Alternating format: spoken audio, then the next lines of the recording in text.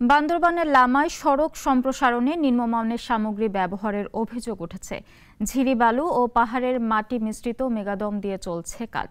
নিম্নমানের সামগ্রী হওয়ায় সড়ক কতটা টেকসই হবে তা নিয়ে শঙ্কায় স্থানীয়রা। ডেস্ক রিপোর্টে দেখুন বিস্তারিত।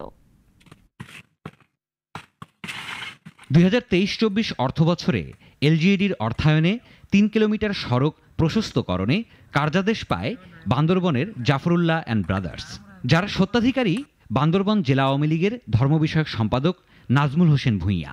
তিনি একজন ঠিকাদারও।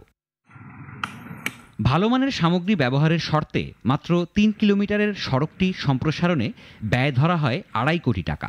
কিন্তু কোনো শর্তের তোয়াক্কা না করে সড়ক সম্প্রসারণে নিম্নমানের সামগ্রী ব্যবহার করছে ঠিকাদার। রোডটা খুব ভালো ছিল, এখন রোডটা করার নির্মাণ যখন করতেছে, এটা বালু দিচ্ছে নাকি ইট দিচ্ছে, আরো গর্ত হয়ে গেছে। এখন খাস করে যেগুলো করতেছে তো এত মানের ভালো না। স্থানীয়দের অভিযোগ, পাহাড়ের মাটি মিশ্রিত মেগাদম আর নিম্নমানের ইট ও ঝিরির বালু ব্যবহার করছে প্রতিষ্ঠানটি।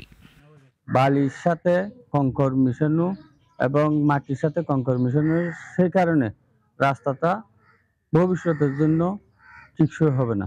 তাহলে তুলে ওরা স্টপ দেয়, তারপরে আমরা এই পয়েন্ট থেকে আনি এখানে দিই রাস্তাঘাট। এ বিষয়ে ঠিকাদার নাজমুল হোসেনের সাথে একাধিকবার যোগাযোগ করা হলেও সাড়া মেলেনি।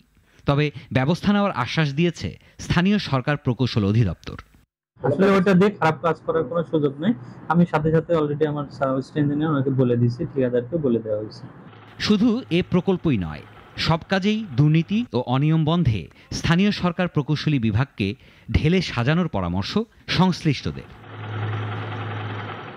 সিরাজুম্মনি শুভ, নাগরিক। Double million offer Walton fridge কিনে পেতে পারেন 20 লক্ষ টাকা, রয়েছে কোটি কোটি টাকার নিশ্চিত উপহার।